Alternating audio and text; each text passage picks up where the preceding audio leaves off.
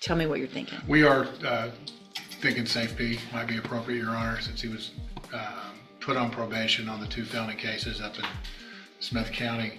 I had also extended a time off of 3 years, which he considered, but I think his preference is if the court let him do Safe P. We have a lot of counts here.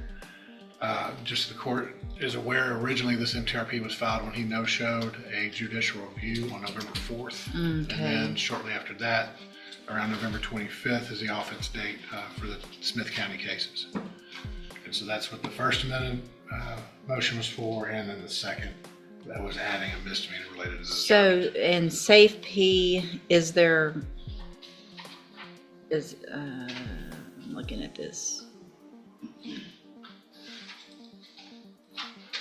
I guess, what is the allegations for why Safe P would be appropriate? Is there a drug issue? There's certainly. Yes, in September and October, there is on count 6, an allegation that he was intoxicated. Mm-hmm.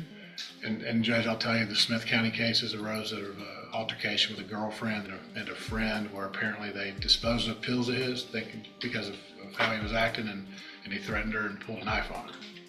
And then assaulted the other friend. And that's what I believe he's pled guilty to and been sentenced to probation in the city of Tyler, Smith County.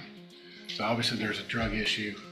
His history is, as a juvenile, for what we're hearing now and for what he did in Smith County, all involve assaults and some serious problems with violence, Your Honor. And I do think Safe P would be appropriate as well, Your Honor, because in regards to the November 4th date, which he failed to appear for his administrative hearing, he was in the hospital due to some self-harm.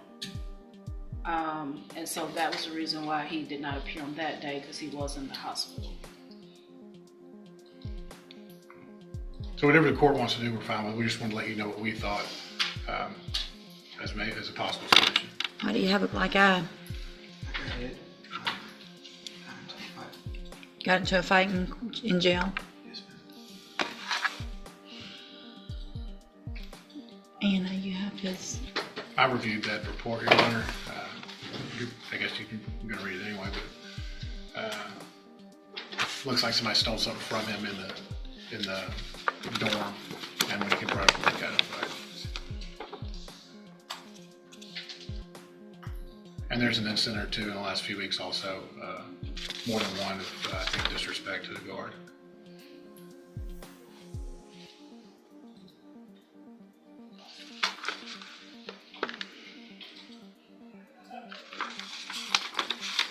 So,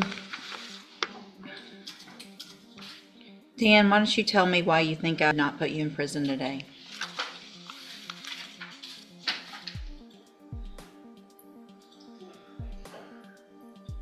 I've never really followed through with any treatment programs before, and kind of have to go to prison now, so I really don't want to go to prison. So maybe if I listen and obtain some of the information, I might be able to turn my life around. And so here's the thing, you've been coming here for a while.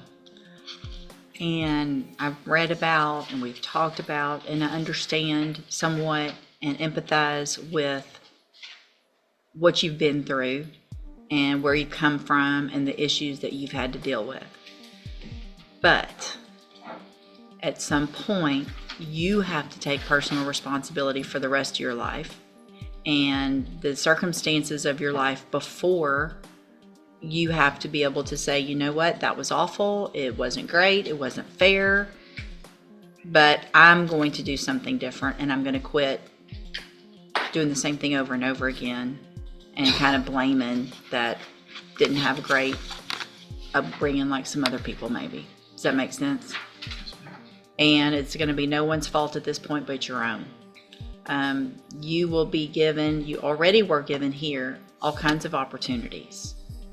And I'm very hesitant to go along with this because what you're doing is not just using drugs and not showing up. It's the violence that I have concerns with. And that at some point, I don't want it to be on me that I let you out, that you really hurt somebody or killed somebody or got yourself killed, because that's where this is headed. And understand that, was it Tyler County has Smith given County. Smith County. Smith County. So what about the Tyler That's County? an error, Judge, I meant to correct. It should be. Oh. Tyler, Texas, It's the but it's confusion Smith County. between City of Tyler and Smith County. So what, let's do this. I'm going to print this out.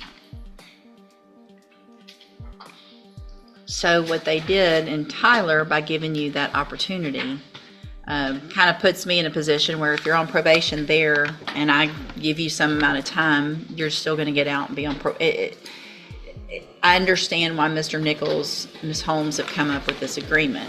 But I want you to understand that if I send you to SafeP, two things, and you're not the first person I've said this to today. You're going to have some amount of time while you're waiting in our jail to go to SafeP. And then once you get to SafeP, you're still incarcerated.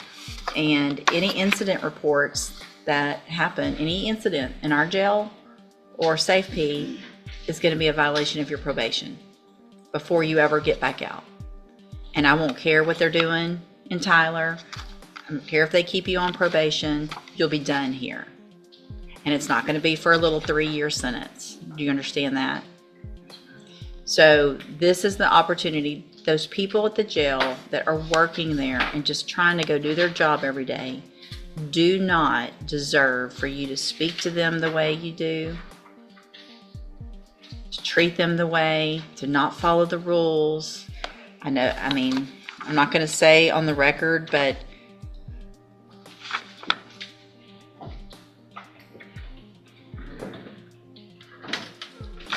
I guess my concern, if you really don't want to be in jail, the way you're talking to some of these people, like, I don't give if you write me up and you can't tell me what to do kind of stuff, doesn't make me feel like you're really going to be able to do this. If you really want to, it's up to you.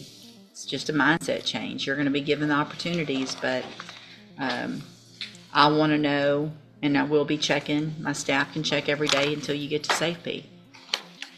Anything else happens, they're going to file a motion to revoke, and we're going to be right back in here within a couple of weeks if necessary. Do you understand? This is your final chance. That's it. Don't come back in and no excuses after this point. If somebody else gives you another chance in another county, that's on them. You're not getting another one with me.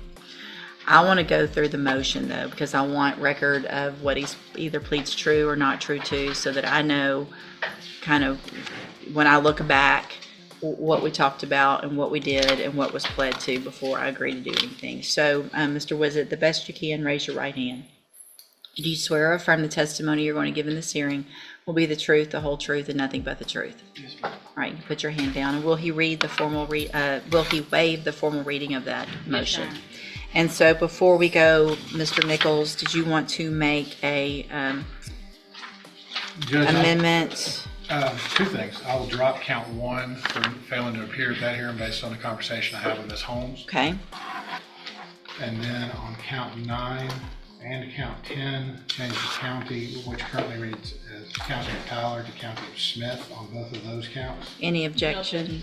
And I Okay, believe it's correct on the other. Okay, yeah, I think that's all I need to change, Your Honor. all right, thank you. So, Mr. Wizard, I'm going to go through this motion. It shows in cause number 240198, you were placed on probation July 1st of 2024 for the offense of injury to a child, elderly, or disabled individual. And that was a 3-year deferred probation. Is that correct? Yes, ma'am. And I guess also, I'm going to go through this, but I am inclined based on this to extend that probation for some amount of time based on the allegations as well. So we'll get to that in a minute. Count 2 alleges that you did not work faithfully at suitable employment and provide verification of that to probation. Is that true or not true? It's true. Okay.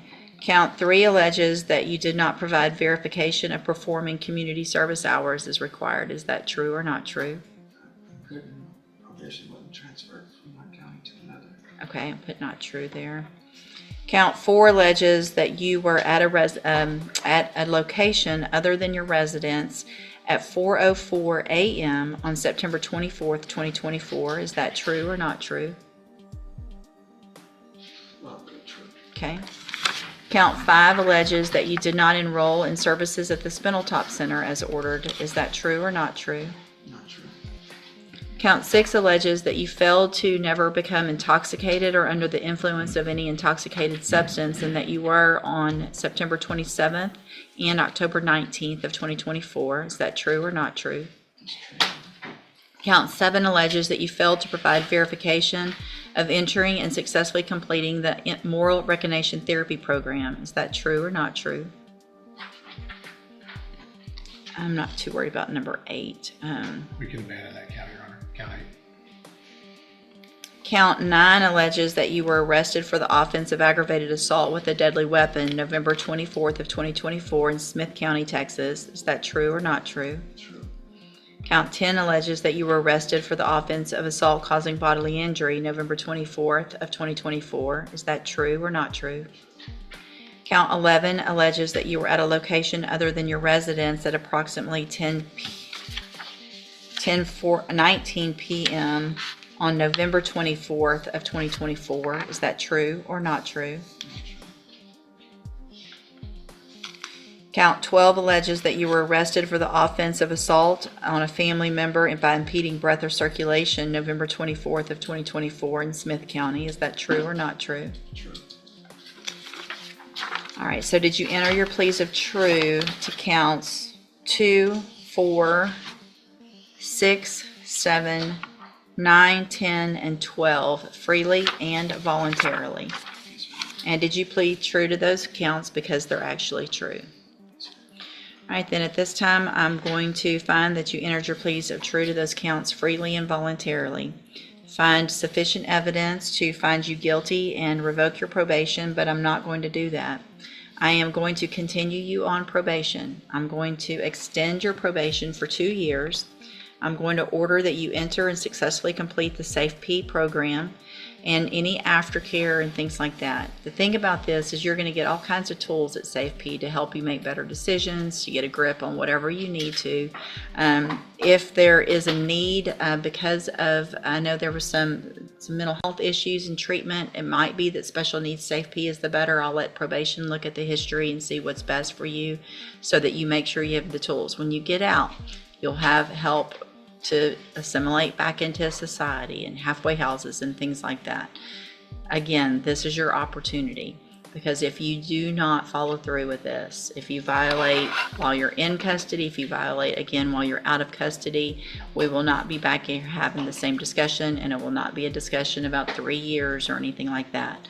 You can be back in here, your probation revoked, found guilty, and I can send you anywhere in the range of punishment. I don't have to let them negotiate. It can be up to 10 years. Do you understand?